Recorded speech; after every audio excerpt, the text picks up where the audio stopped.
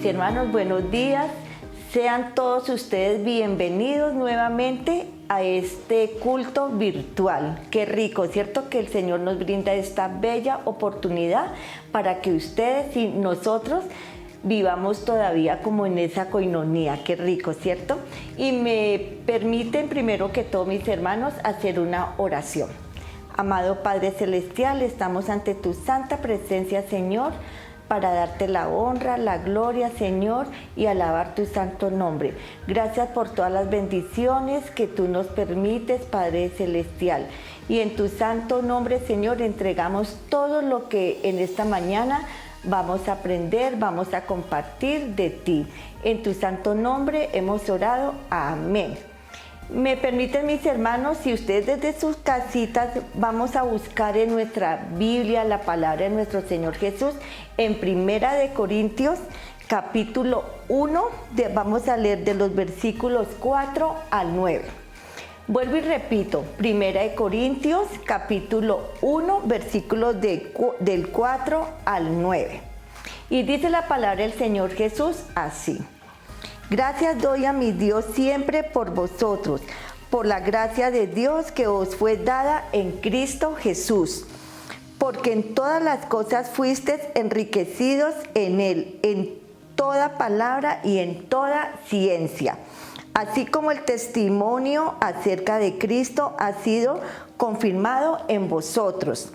De tal manera que nada os falta en ningún don, esperando la manifestación de nuestro Señor Jesucristo, el cual también os confirmará hasta el fin, para que seáis irreprensibles en el día de nuestro Señor Jesucristo. Fiel es Dios, por el cual fuiste llamados a la comunión con su Hijo Jesucristo, nuestro Señor. Y hermanos, les invito a que estemos atentos. Hoy tenemos, como siempre, alabanza, adoración, nuestro minuto misionero, la clase para los niños que va a estar espectacular. Y como es sabido, estamos celebrando el Día de la Biblia y los chiquitos, las profesoras, vamos a compartir algo bonito para ellos y para ustedes. Y también tenemos la cena de nuestro Señor Jesucristo, así que todo está listo para que ustedes y yo compartamos, mis hermanos. Así que disfrutemos.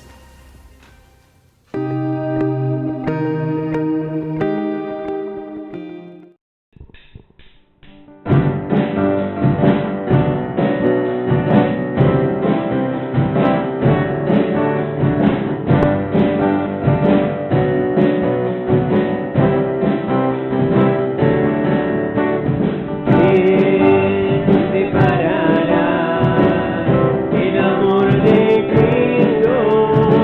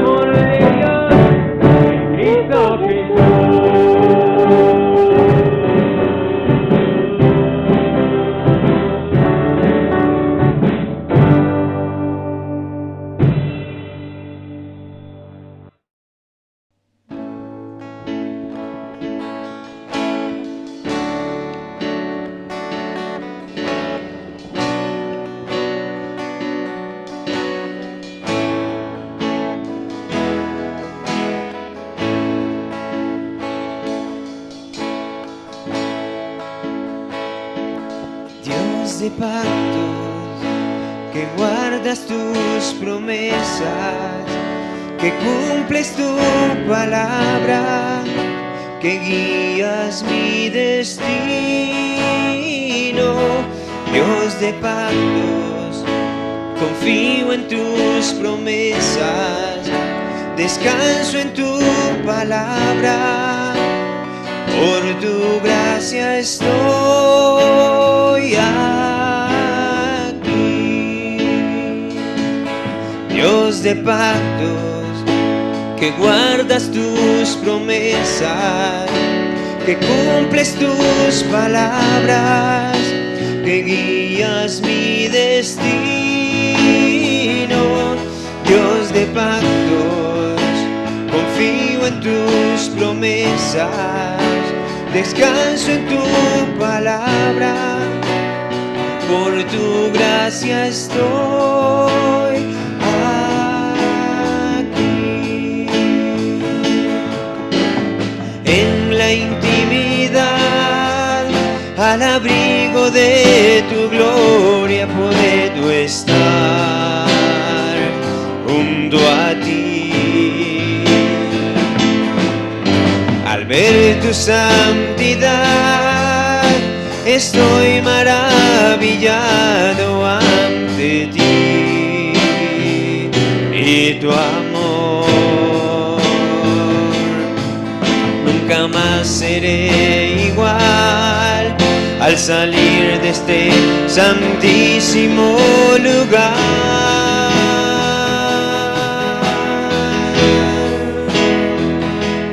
Dios de pactos, que guardas tus promesas, que cumples tu palabra, que guías mi destino. Dios de pactos, confío en tus promesas, descanso en tu palabra, por tu gracia estoy aquí. Tengo redención por la sangre que descansa en tu altar para mí. La gracia y el perdón son los frutos de vivir en comunión y adoración. Nunca más seré igual al salir de este santísimo lugar.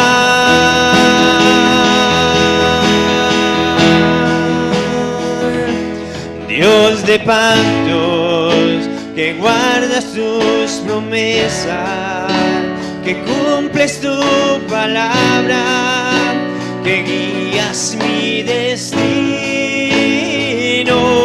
Dios de pactos, confío en tus promesas, descanso en tu palabra, por estoy aquí. Dios de pactos, que guardas tus promesas, cumples tus palabras, guías mi destino.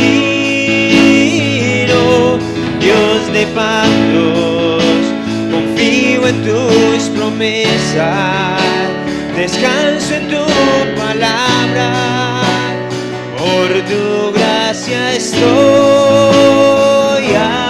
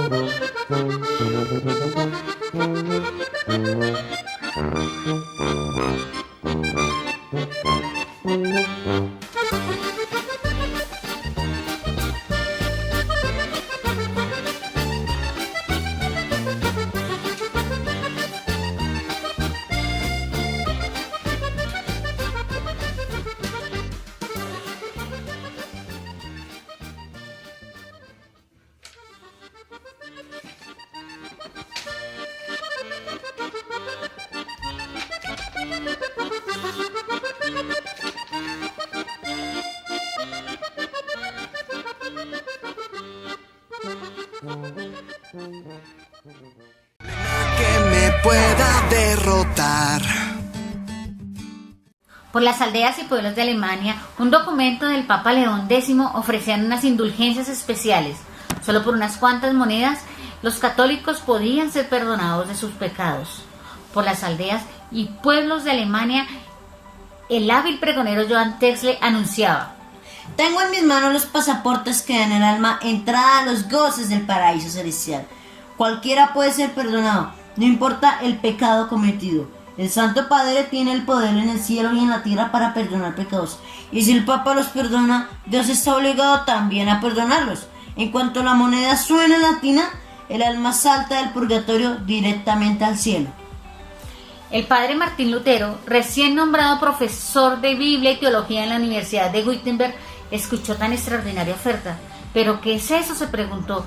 ¿Cómo puede alguien vender algo que Dios ofrece gratuitamente por gracia? Así que no tuvo que pensarlo mucho y de inmediato escribió 95 tesis discutiendo y criticando la venta de indulgencias por parte de la Iglesia. Era necesario hacer una reforma. Eso ocurrió el 31 de octubre de 1517. Es por eso que en esa época celebramos el Día de la Biblia y el Día de la Reforma. Como el tiempo es muy corto hoy, quiero que estudiemos solo las 5 conclusiones de esta reforma. Esas 5 conclusiones se le llamaron las 5 solas. Vamos a ver cuáles son.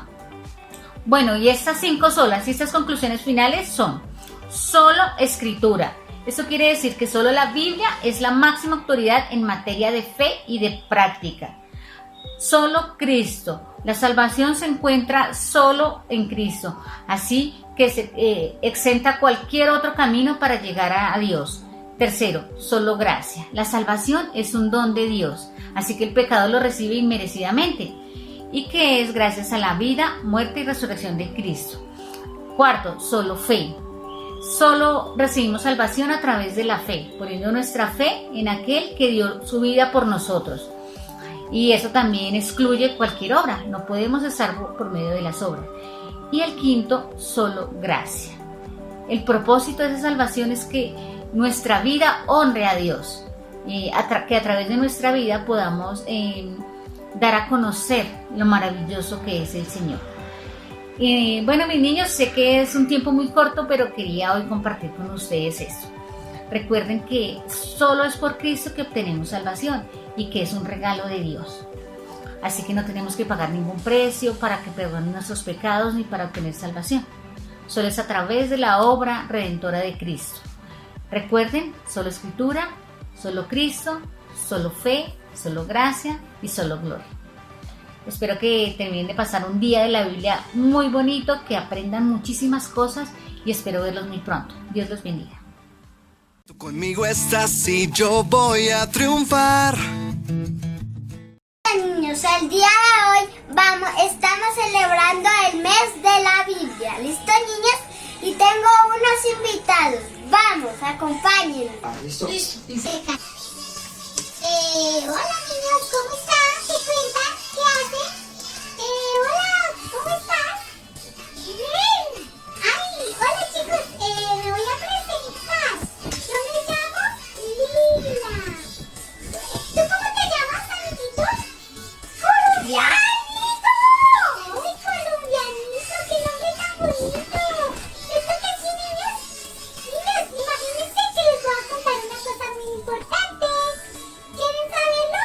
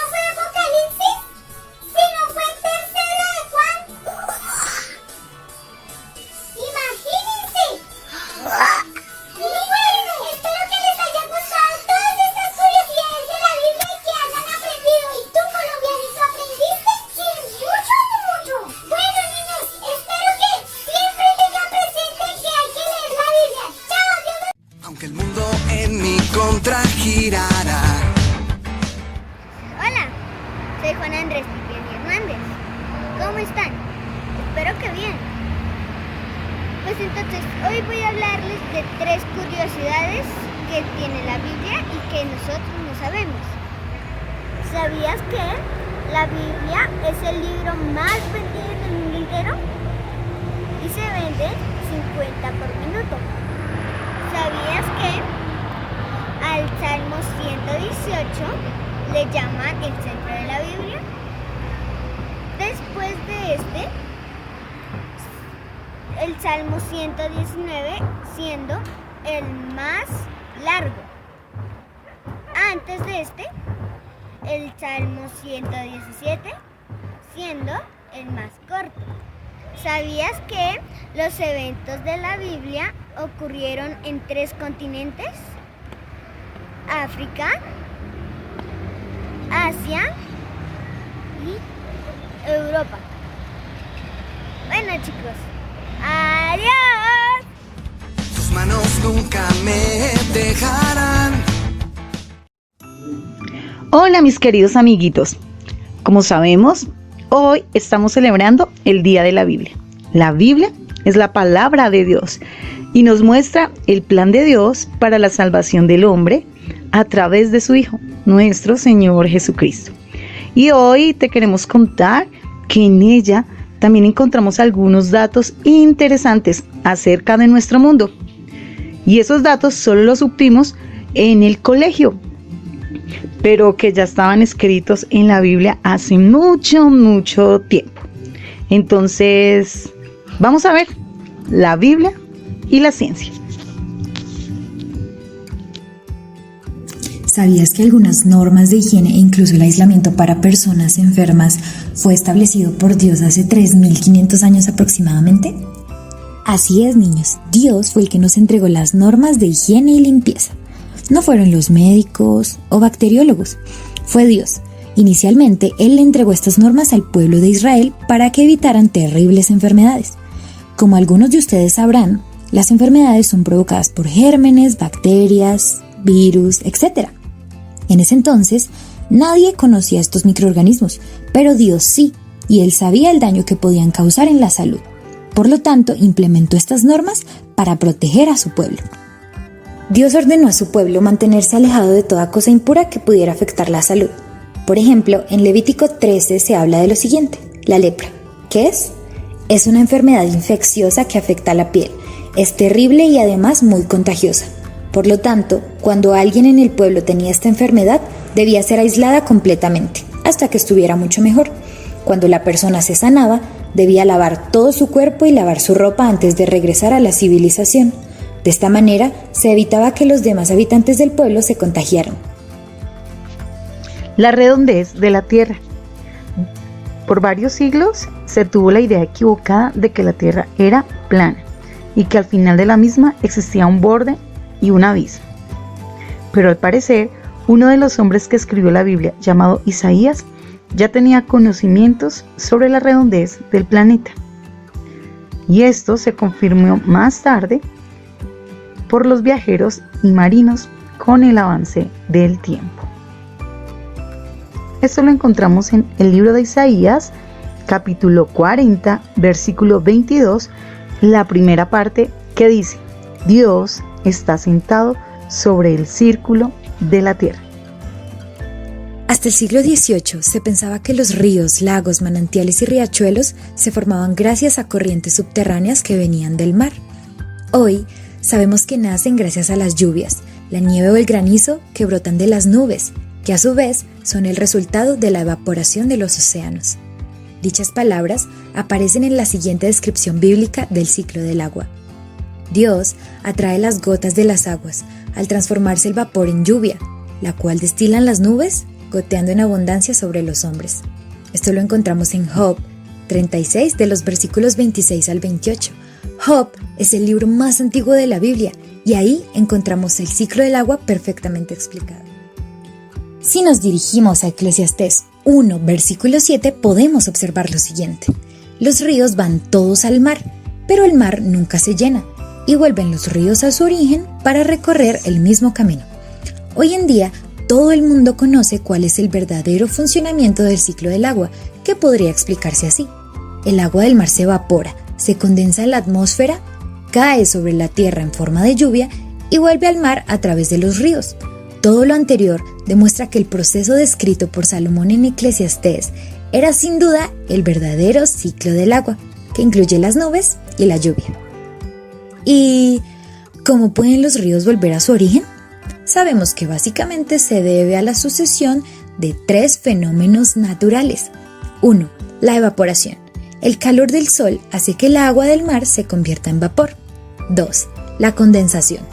El vapor se convierte en gotitas de agua formando las nubes. 3. La precipitación. Cuando las gotitas de las nubes se hacen pesadas, caen sobre la tierra en forma de lluvia, llegan a los ríos y los ríos se dirigen al mar. Y este es nuestro ciclo del agua explicado en la Biblia desde hace muchísimo tiempo. Seguimos aprendiendo. Son varias las historias que se han contado para explicar cómo se sostiene la tierra. Y estas mencionaban que la tierra descansaba sobre los lomos de unos elefantes o que estaba sobre una gran tortuga que nadaba por el espacio. Y hasta se habló que era sostenida sobre los brazos de un hombre gigantesco llamado Atlas. Hasta que la ciencia dio otra información después de muchas investigaciones. Sin embargo, la Biblia ya había mencionado que la tierra no se sostenía sobre nada, sino que estaba suspendida en el espacio y se movía por acción de la gravedad y el sol. Esto lo encontramos escrito en el libro más antiguo de la Biblia, el libro de Job. En el capítulo 26 y el versículo 7 nos dice así: Dios extiende el norte sobre vacío, cuelga la tierra sobre nada. Job no era científico, pero Dios mismo le enseñó. Nos alegra mucho compartir esto con ustedes. Gracias por aprender junto con nosotros y nos vemos en una próxima ocasión. Pues tú, solo tú, me has mostrado el camino. Mis amores, y seguimos con nuestras curiosidades. Vamos a ver qué nos tiene este personaje para el día de hoy, en esta mañana. Y les presento a Don Biblonio. Don Biblonio sabe mucho de la Biblia y hoy nos va a compartir unas 4 curiosidades. Vamos a ver, Don Biblonio, ¿qué nos vas a compartir del Antiguo Testamento? Miremos acá. ¿Qué dice Don Biblonio? A ver. ¿Sabían ustedes que probablemente hayas escuchado hablar de superhéroes, cierto? Batman, Robin, el Hombre América, el Capitán América. Muy bien. Miren, mis amores, que en la Biblia también se habla de un gran hombre que fue un superhéroe y se llama Nimrod. Nimrod llegó a ser el primer poderoso en la tierra y lo encontramos en Génesis capítulo 10, versículo 8. Qué curiosidad, ¿no? Vamos a ver, Don Biblonio, ¿qué nos va a contar de nuevo? Otra curiosidad que tiene Don Biblonio en esta mañana. ¿Te parece que de un bastón o de una varita pueden brotar flores? Como raro, ¿cierto? Bueno, así fue. Dios le pidió a Moisés que cogiera las 12 varitas de las 12 tribus. Cada una de ellas era de un líder, tenía su nombre.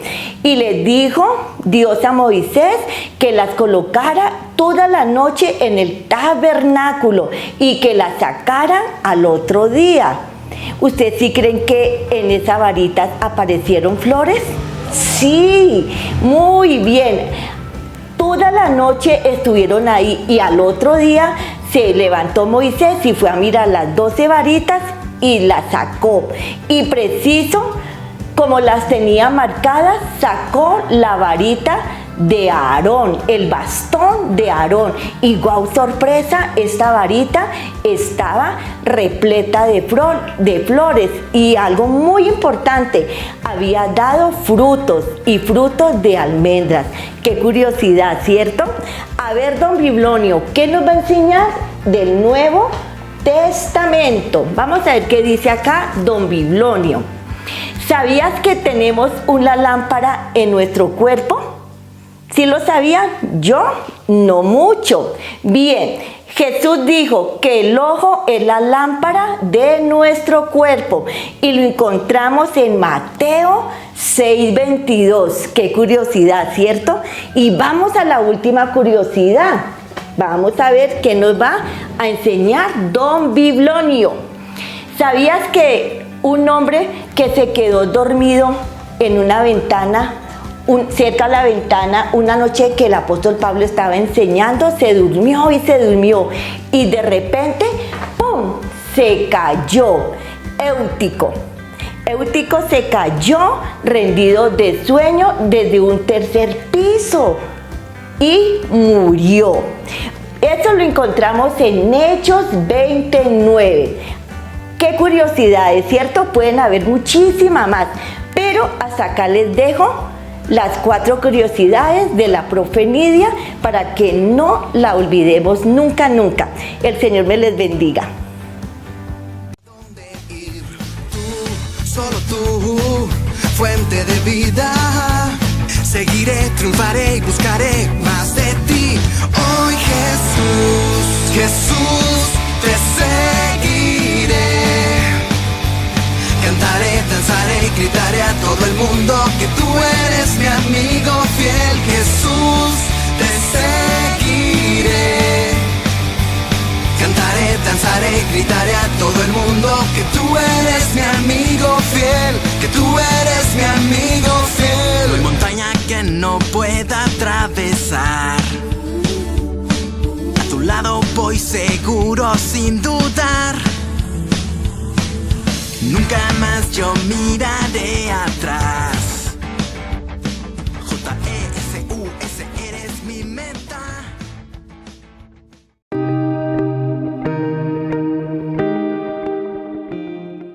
Buenos días, hermanos, ¿cómo están? Dios les bendiga.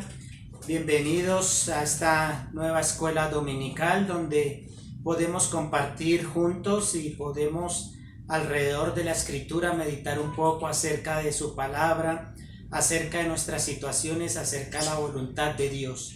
Hoy queremos continuar con esta serie que hemos venido tratando y hoy quiero centrarme en un personaje conocido por todos, que es este hombre llamado Esdras.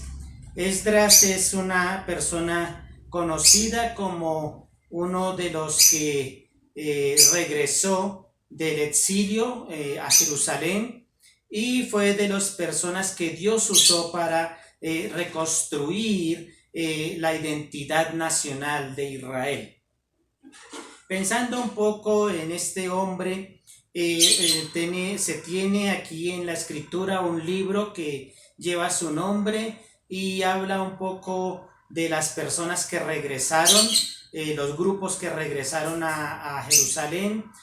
Habla un poco de la primera caravana que llegó, que vino con Zorobabel. Ellos se encargaron de reconstruir el templo. En una segunda caravana llega Esdras y Esdras se encarga de reconstruir el culto y volver la mente de los israelitas allí que han regresado, volver la mente de ellos a la escritura y al conocimiento de la ley de Dios. Y este es uno de los principales oficios que Esdras se nos menciona que realiza en el pueblo de Israel. Posteriormente viene Nehemías y junto con Nehemías se encargan también de seguir reconstruyendo el culto a Dios. Nehemías ya se encarga de las murallas externas de Israel. Entonces, mirando un poco lo que es el entorno, el contexto en la cual Esdras realiza su trabajo, podemos decir que está 70 años después del exilio. El pueblo de Israel ha estado en el exilio allí con los persas. Dios coloca en el corazón del rey de turno el que puedan devolverse en estas personas los que quieran, y reconstruir la ciudad y reconstruir el templo y sobre todo reconstruir, porque había un gran interés en este rey de Persia, en reconstruir el culto a Dios. Posiblemente lo hace para calmar la ira de un Dios que puede serle contrario a todos los propósitos de este rey. Lo cierto es que Dios toma el corazón de este rey y permite que estas personas vuelvan a Jerusalén. Entonces un grupo regresa a Jerusalén, pero es un grupo que ha olvidado su historia, ha olvidado su identidad como nación. Es un grupo de personas que ha olvidado la ley de Dios. De hecho, han olvidado al Dios mismo, han olvidado lo que sus antepasados, sus padres, el trato que ellos tuvieron con Dios, lo que Dios hizo con ellos. De pronto el motivo del porqué de este castigo, y no estaba muy claro en ellos, no estaba muy fresco en la mente de ellos. Además de esto, debemos decir en el contexto de Esdras, que el trabajo que ellos hicieron, tanto Zorobabel en la reconstrucción del templo, como Esdras en la reconstrucción del culto, y Nehemías, que también resulta claro en el libro de Nehemías, en la reconstrucción de los muros, sufrieron gran oposición. Las personas que ya vivían en Jerusalén fueron los principales opositores de ellos y trataron muchas veces de parar la obra que estos tres hombres, por mandato de Dios, por voluntad de Dios, habían iniciado. Entonces, este es más o menos el contexto. Es un contexto de alegría, puede ser, porque están regresando a su tierra. Siguen estando bajo el yugo de los persas, ¿cierto? Sin embargo, hay una cierta libertad, hay cierto regreso a las raíces, y eso hace que esas personas estén en una condición de alegría, pero también hay una condición de tristeza por la oposición que se vive, por todo el trabajo que tienen que enfrentar. Y es en medio de este contexto que Esdras viene aquí a Jerusalén. Quiero hablar un poco lo que es el carácter de Esdras, su educación de Esdras. Quiero pensar un poco también en cómo fue su fortaleza, en qué se fortaleció él para enfrentar la obra, y quiero también pensar un poco en lo que fue su actitud hacia el problema. Y algo notorio en Esdras es que el gran problema que él tiene, que él confronta, y que de hecho es un problema que lo entristece mucho, su tristeza se hace ver por todas las personas que lo rodean, pero su gran tristeza, su gran problema es el pecado de los demás. No es tanto de pronto su seguridad, no es de pronto su provisión, no es de pronto el que su obra tenga fruto, sino que el gran reto que él asume, que lo entristece mucho, es el pecado del pueblo.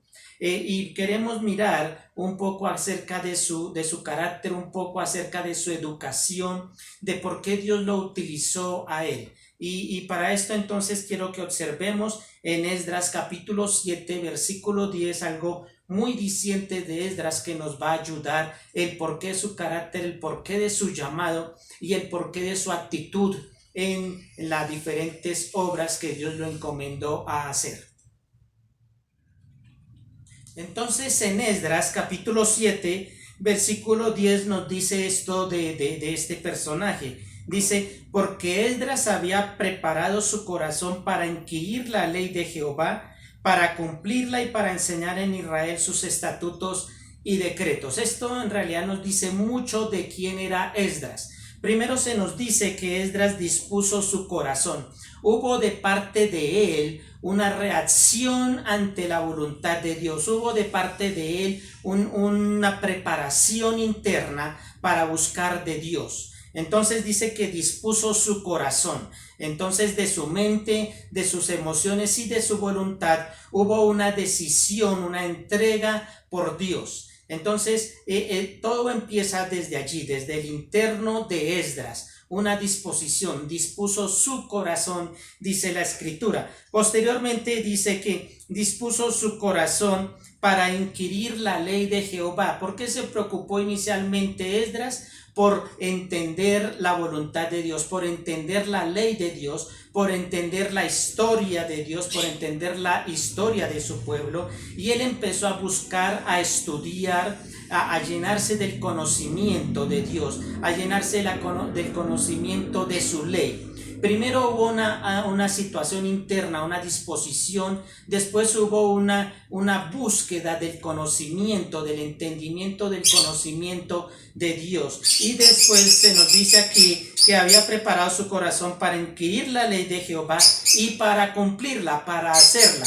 Entonces hay una disposición interna, después una búsqueda para conocer y entender, y posteriormente se nos dice que Esdras buscó el practicar la ley de Dios. Primero quiso formarse, primero quiso tomar su vida y acomodarla, o mejor conformarla a la voluntad de Dios. Y entonces, al conocer la ley de Dios, conocer a Dios, entonces él pudo practicar la voluntad de Dios. Y eso sigue siendo vigente. Primero debe haber una disposición interna en nuestras vidas, un conocimiento de Dios, ¿cierto? Porque si queremos seguir a Dios, si queremos seguir su voluntad de Dios, pues es lógico que debamos entender esa voluntad, conocer a ese Dios, entender qué es lo que Él quiere de nosotros, para posteriormente empezar a practicar sus mandamientos, para empezar a practicar su voluntad. Debe ser así. Y entonces se nos dice que hubo una cuarta cosa en Esdras, porque Esdras había preparado su corazón para inquirir la ley de Jehová, para cumplirla y para enseñar en Israel sus estatutos y decretos. Él entonces también anhelaba compartir ese conocimiento. Y para compartir ese conocimiento, él primero lo entendió, lo practicó, y después de esto entonces ya lo enseñó. Y esto es una realidad en el trabajo de Esdras. Se nos dice, por ejemplo, que el pueblo vino a Nehemías, vino a los gobernantes y le dijeron a Esdras: Esdras, tráenos la ley de Dios y léela. Y entonces se nos dice que más o menos desde las 6 de la mañana hasta las 9 de la mañana el pueblo estuvo escuchando a Esdras, ¿cierto? Escuchando a Esdras la lectura de la ley de Dios. Y dice que Esdras, junto con algunas personas que le rodeaban, se encargaron, escúcheme esto, no solamente de leerles a ellos la escritura, sino que se encargaron de que el pueblo entendiera. Y esto es lo que se trata: una persona que entiende la palabra de Dios, que hay una disposición de ella, hay una práctica de la voluntad de Dios. Esas personas son las llamadas a hacer entender la escritura, de hacer entender la voluntad de Dios al pueblo. No es una simple lectura, sino que ellos se encargaron, se comprometieron de que cada palabra que estaba allí se entendiera por parte del pueblo. Posiblemente este pueblo no conocía ya la lengua de sus padres, entonces ya habían cambiado su idioma, y Esdras y algunos compañeros que estaban allí se encargaron de traducir y de explicar la escritura. ¿De dónde venía eso? De una persona que dispuso su corazón, de una persona que conoció, estudió y entendió a Dios y su voluntad, de una persona que practicó la santidad, que practicó la voluntad de Dios, y ahora es apta y Dios lo escoge para que haga entender las palabras de esa ley al pueblo. Esto es importante tenerlo en cuenta, porque esas características de Esdras lo marcaron definitivamente para confrontar todas las situaciones que él tenía que vivir. Entonces veo también, ya un poco alejándome de la formación de Esdras, veo que Esdras también es una persona que confía 100% en la voluntad de Dios, en la protección de Dios.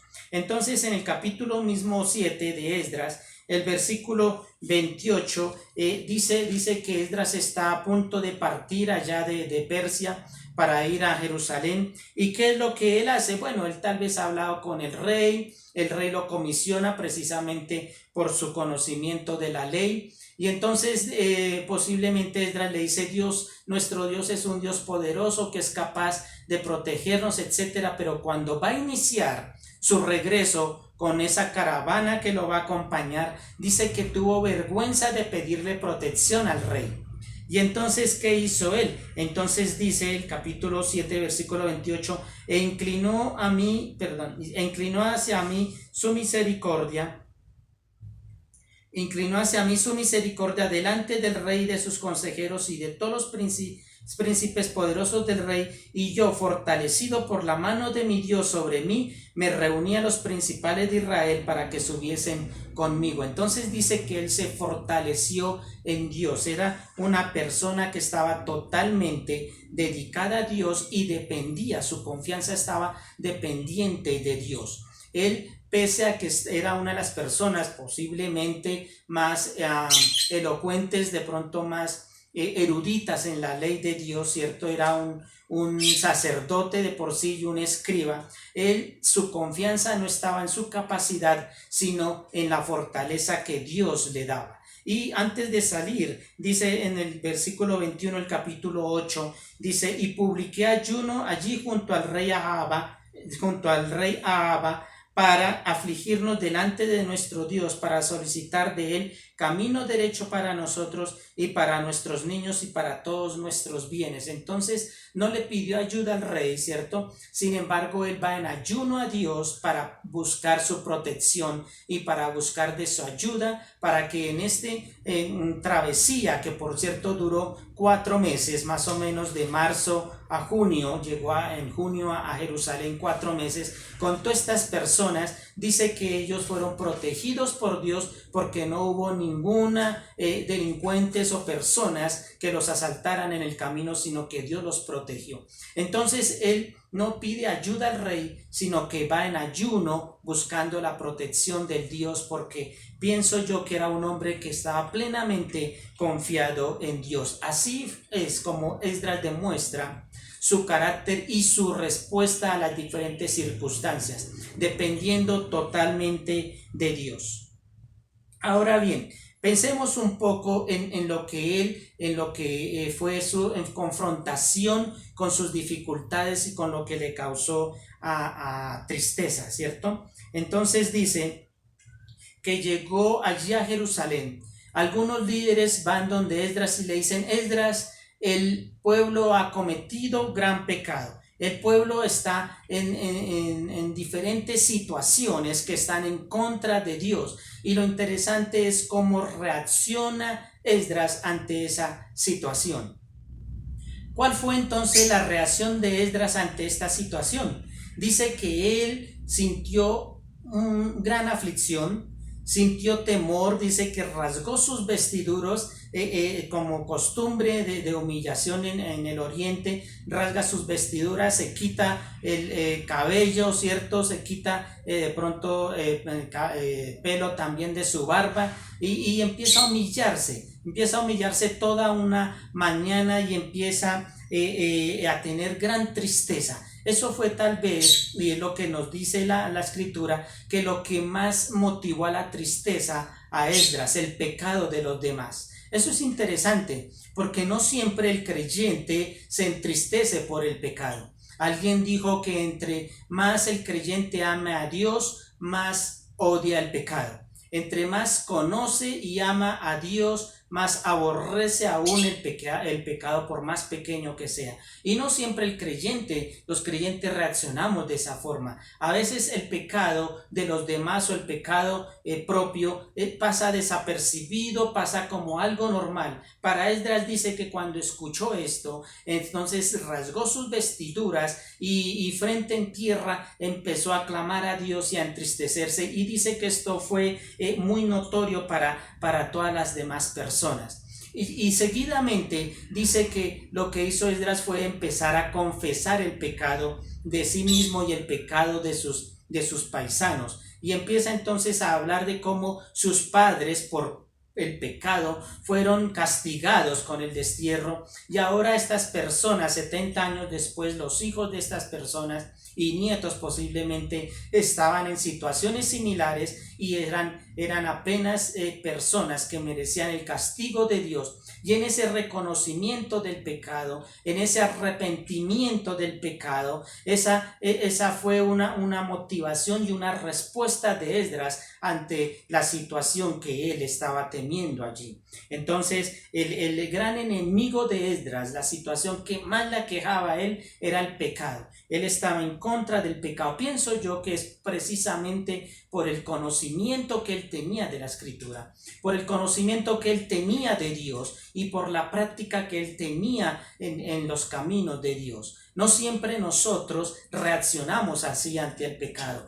Muchas veces se nos tiene que confrontar y después de mucho tiempo, de mucha confrontación, a veces nosotros nos humillamos delante de Dios reconociendo nuestro pecado, y pienso que es porque aún como creyentes no conocemos la Escritura, no conocemos al Dios santo de la Escritura, y por lo tanto el pecado pasa como algo muy normal en nuestras vidas. Para Esdras eso no era nada normal y por lo tanto rechazó contundentemente eso. Veo otra característica de Esdras. Y dice, toda esta humillación, toda esta tristeza y confesión la encontramos en el capítulo 9 de Esdras. En el capítulo 10 dice que la gente vio esa situación de Esdras y la gente empezó a reunirse en torno a Esdras. Y posiblemente ellos escuchaban la oración de Esdras. Y dice que esto los influyó a tal punto que ellos mismos empezaron a reconocer su pecado y empezaron a hacer una propuesta, ¿cierto?, para sí mismos delante de Esdras de que iban a cortar con el pecado. El gran problema que ellos tenían es que ellos, así como sus hijos, se habían casado con mujeres que no eran del pueblo, sino de pueblos paganos. Y ese era el gran pecado que ellos habían cometido. Y cuando observan a Esdras en este estado de humillación y de confesión, ellos mismos hacen la propuesta, ¿cierto?, y el compromiso de cortar con todas esas relaciones. Eso me llama la atención. Eso me llama la atención porque es la santidad de un hombre, el odio del pecado de un hombre, ¿cierto? Lo que hace que las personas que lo rodean se muevan a la confesión, al arrepentimiento. Y eso me llama la atención.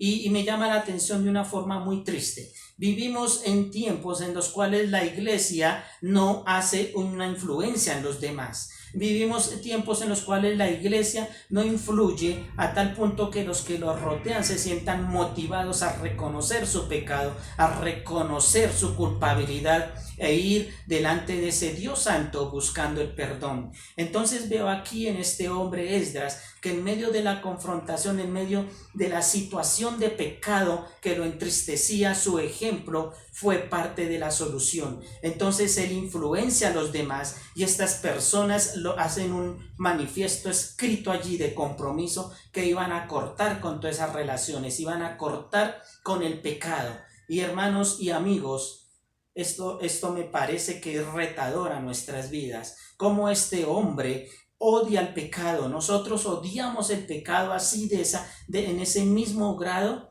Recuerden que era el pecado de los demás. Entonces él toma ese pecado como si fuera también parte de él y confiesa ese pecado y pide perdón a Dios. Nosotros hacemos eso. Nuestro gran problema y lo que más nos entristece es el pecado, o de pronto la falta de provisión, la falta de sanidad, de pronto la falta de seguridad económica. De pronto es eso lo que más nos entristece. Para Esdras lo que más le entristecía era el pecado. Aún si era pecado de los demás, eso lo entristecía y lo llevaba a una confesión delante de él. Y esto llamó entonces, influyó a los demás para que estas personas reaccionaran y fueran delante de ese Dios santo. También una última cosa que quiero observar aquí es cómo Esdras se rodeó de personas que también amaran a Dios y también tuvieran ese deseo, ¿cierto?, de servir a Dios. Cuando Esdras lee la ley delante del pueblo, ¿cierto?, dice que muchas personas estaban allí explicando, traduciendo la escritura. Y después pasan varios días y miran allí que tenían que hacer una fiesta, la fiesta de los tabernáculos. Esa creo que duraba como un mes, y todos los días Esdras leía la ley de Dios. Y se nos dice que después estas personas que estaban con él elevaron como un canto, una oración delante de Dios, y empezaron a hacer un recuento de todo lo que sus padres habían vivido, un recuento de todo cómo Dios los había tratado con misericordia, pero que Dios los castigaba y los volvía a restaurar por su misericordia, etcétera, ¿cierto? Para después reconocer que ellos necesitaban de la ayuda de Dios para cumplir sus mandamientos. Y yo creo que es bueno rodearnos de personas que tengan ese conocimiento y ese temor a Dios y ese odio hacia el pecado. Y gracias a Dios por su iglesia, porque es allí el entorno donde nosotros podemos encontrar personas, y no estoy diciendo que todos los que están en las cuatro paredes, mal llamada iglesia, ¿cierto?, son personas que odian el pecado, pero es posible que allí sí se reúna la iglesia verdadera y allí podamos encontrar personas que nos animan, que nos confrontan con nuestro pecado, que nos ayudan a tomar buenas decisiones, que están con nosotros en nuestras actividades, que están con nosotros ayudándonos en las tareas que Dios nos ha encomendado. Entonces, hermanos y amigos, quiero dejar esto en nuestros corazones. La mayor situación de adversidad que podamos sufrir debe ser el pecado de los demás o el pecado propio, y para eso debe haber un celo por Dios, un conocimiento por Dios y por su palabra, para que ese conocimiento sea una práctica en nuestras vidas. Pero eso debe nacer de una disposición de corazón, aún del creyente mismo, para buscar de Dios y conocer de Dios, y que nos haga actos como personas que puedan enseñar su palabra y que puedan influenciar a los demás. Y finalmente encuentro aquí como la comunión entre la iglesia es tan necesaria y tan importante para los propósitos de Dios en nuestras vidas. Que Dios les bendiga, hermanos, que tengan buena tarde. Quiero terminar con una oración, colocando esta situación, esta enseñanza y aún este día en las manos de Dios. Bendito Dios, te damos gracias, Señor, porque tú eres un Dios bueno, un Dios santo, Señor, que no te complaces de la maldad del pecado, Señor, pero en medio, Señor, del castigo, en medio de tu disciplina, tú tienes misericordia, y eso ha sido visible en nuestras vidas, Señor. Ayúdanos, bendito Dios, a que nuestro corazón sea como el corazón tuyo, un corazón santo que odia el pecado, Señor. Ayúdanos, Señor, a que nuestra tristeza radique más, Señor, en el odio hacia el pecado, Señor. Ayúdanos, bendito Dios, a ser santos, a que de corazón nos dispongamos, busquemos de ti, Señor, nos conformemos, Señor, nuestra vida a tu palabra, Señor, y seamos aptos, Señor, para poder confrontar el pecado de los demás y el pecado de nosotros mismos, Señor. Gracias por nuestra comunión de iglesia, Señor, aún virtualmente somos iglesia, bendito Dios. Ayúdanos, Padre Santo, para que eso sea también una herramienta en tus manos para poder confrontar, Señor, el pecado y poder, Padre Celestial, entonces tener una actitud correcta delante de lo que nos entristece, Señor. Te damos gracias en el nombre de Cristo Jesús. Amén. Hermanos, Dios les bendiga. Buena tarde.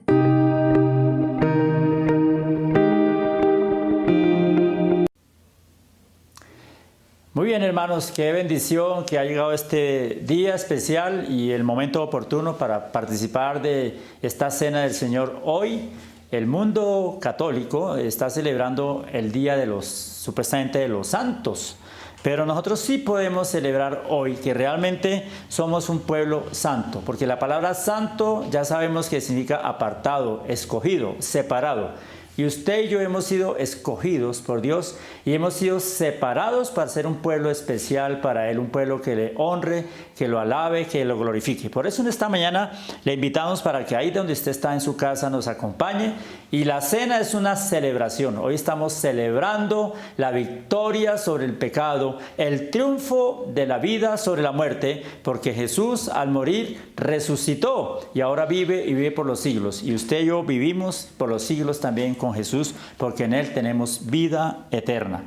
Dice la palabra en Juan 22, en Lucas capítulo 22, 15, y les dijo: ¿cuánto he deseado comer con vosotros esta Pascua antes que padezca?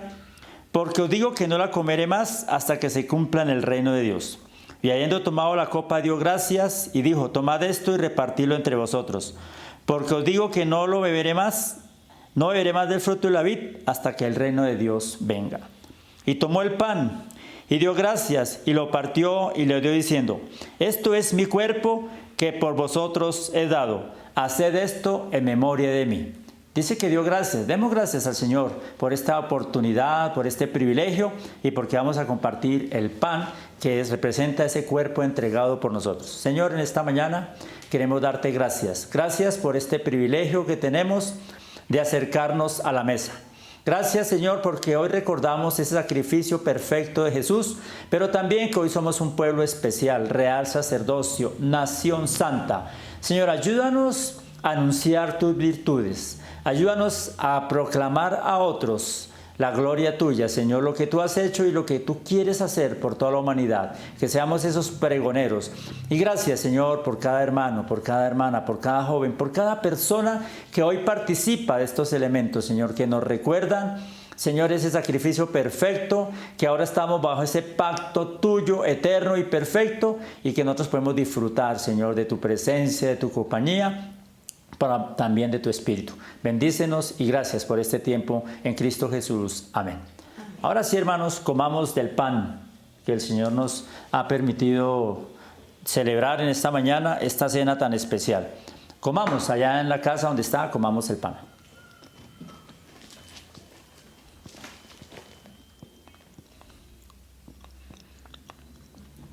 Y de igual manera, después que hubo cenado, tomó la copa diciendo, esta copa es el nuevo pacto de mi sangre que por vosotros es derramada. Vamos a tomar la copa, hermanos. Tome usted la copa ya en su casa y como dice el Señor, recuerden, esta copa representa esa sangre que fue derramada en la cruz, pero esa sangre que limpia, esa sangre que purifica y por la cual nuestros pecados han sido limpiados, perdonados y borrados. Tomemos con esa convicción y con esa seguridad.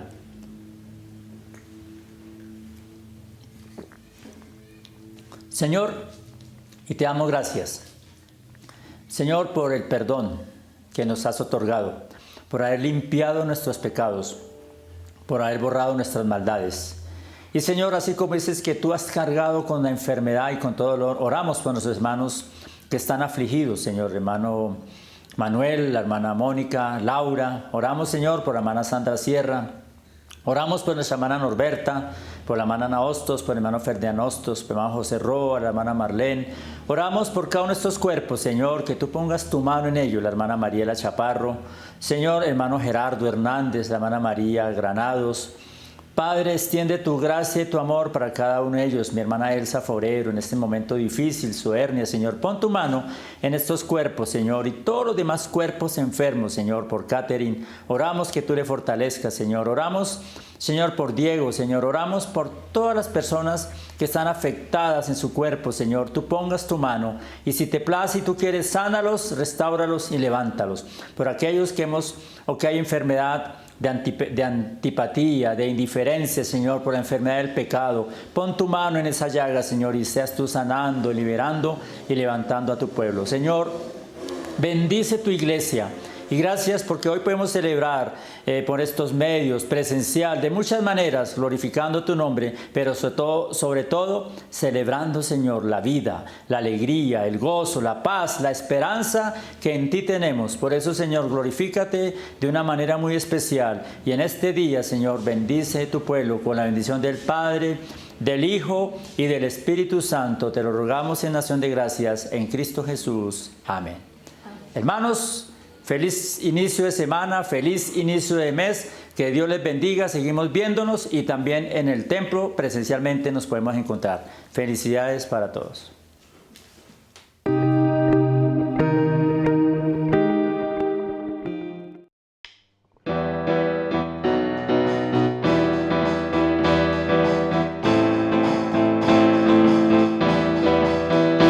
El que habita al abrigo de Dios morará bajo sombras de amor, sobre él no vendrá ningún mal.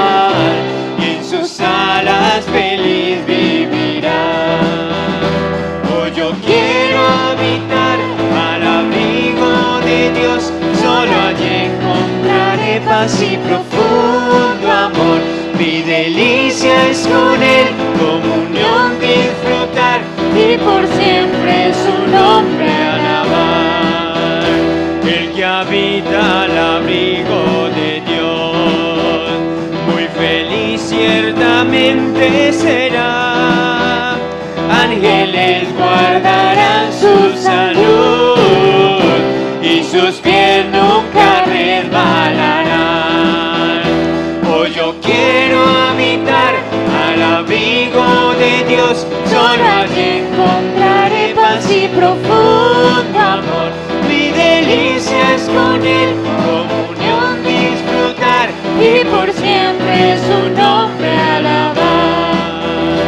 El que habita al abrigo de Dios, para siempre seguro estará.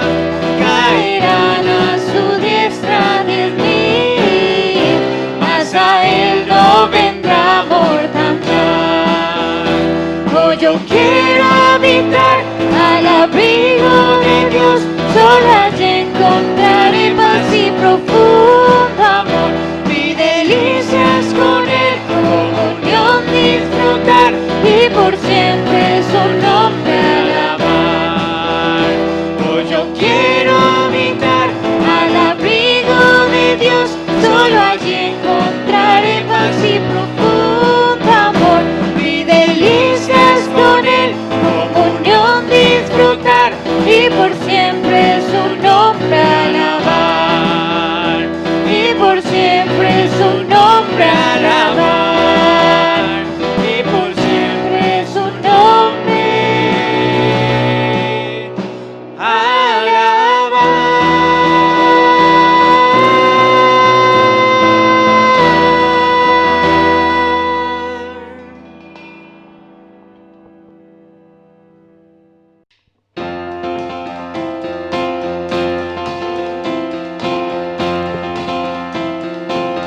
al que me ciñe de poder, al que me ciñe de poder, al que de mi victoria es, aquel que mi victoria es. solo a Él alabaré, solo a Él exaltaré. Al que me ciñe de poder, al que me ciñe de poder, al que de mi victoria es, aquel que mi victoria es. solo a Él alabaré, solo a Él exaltaré. De ti será mi alabanza en la congregación. Cantaré Y alabaré tu nombre, Señor. de ti será mi alabanza en la congregación. Cantaré y alabaré Tu nombre, Señor. al que me ciñe de poder, Al que me ciñe de poder, al que de mi victoria es, aquel que mi victoria es. solo a Él alabaré, solo a Él exaltaré. Al que me ciñe de poder, Al que me ciñe de poder, aquel que mi victoria es. al que de mi victoria es, Solo a Él alabaré,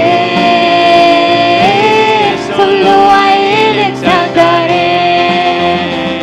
de ti será mi alabanza en la congregación. Cantaré y alabaré Tu nombre, Señor. de ti será mi alabanza en la congregación. Cantaré